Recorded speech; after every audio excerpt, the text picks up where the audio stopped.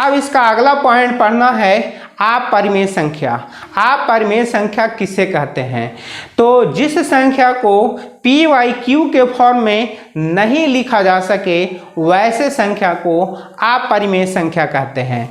तो P Y Q देखिए यहाँ पर पी बाई क्यू ये है। तो जिस संख्या को पी बाई क्यू के फॉर्म में नहीं लिखा जा सके वैसे संख्या को अपरिमेय संख्या कहते हैं, जहां p और q एक पूर्णांक है, यानी कि p और q कोई भी क्या है इंटीजर्स है, और q नॉट इक्वल टू 0 होना चाहिए।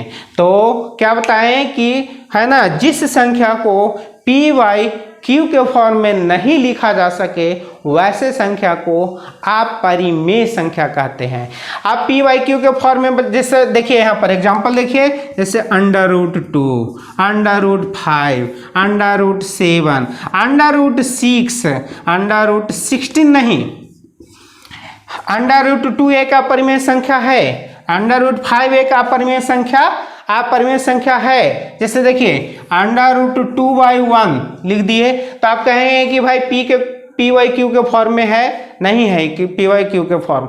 पी वाई क्यू के फॉर्म में रहने से मतलब नहीं है, यहाँ पर क्या होना चाहिए, पी और क्यू इंटीजर भी होना चाहिए, पूर्णांक भी होना चाहिए, जिसमें √2 एक पूर्णांक नहीं है। 1 पूर्णांक है लेकिन √2 एक पूर्णांक नहीं है, इसीलिए वैसे संख्या को हम लोग क्या कहेंगे, अपरिमेय संख्या कहेंगे। जैसे देखिए √7, अब √7 को हम है ना बाई 1 भी लिख सकते हैं। तो √7 पूर्णांक नहीं है, 1 एक पूर्णांक है, लेकिन √7 क्या है, एक पूर्णांक नहीं है। तो ऐसे संख्या को हम लोग क्या कहेंगे, अपरिमेय संख्या कहेंगे, यानी कि यह पी वाई क्यू के फॉर्म में है ना, ऐसे संख्या को पी वाई क्यू के फॉर्म में हम नहीं लिख सकते। अब यहाँ पर एक और एग्जांपल लेते हैं, जैसे मान लेते हैं √25/7। अब यहाँ पर ध्यान दीजिए कि √25/7 क्या परिमेय संख्या है कि अपरिमेय संख्या है।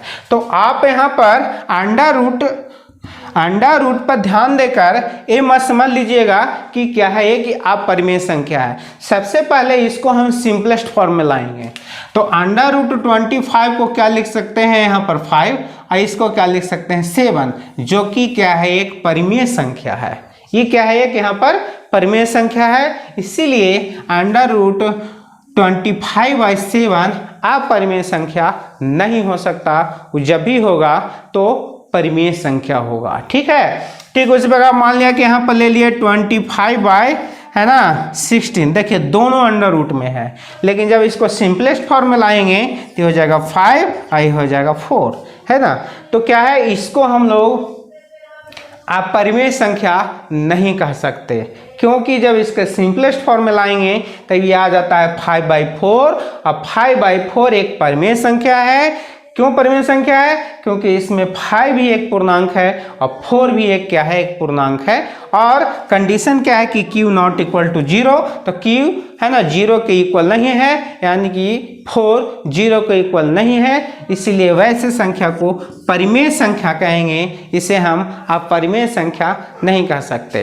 तो क्या बताया कि अपरिमेय संख्या किसको कहते हैं, जो पी वाई क्यू के फॉर्म में नहीं लिखा जा सके वैसे संख्या को हम लोग क्या कहते हैं, अपरिमेय संख्या कहते हैं, जहां p और q कोई भी पूर्णांक होना चाहिए और q नॉट इक्वल टू 0 होना चाहिए।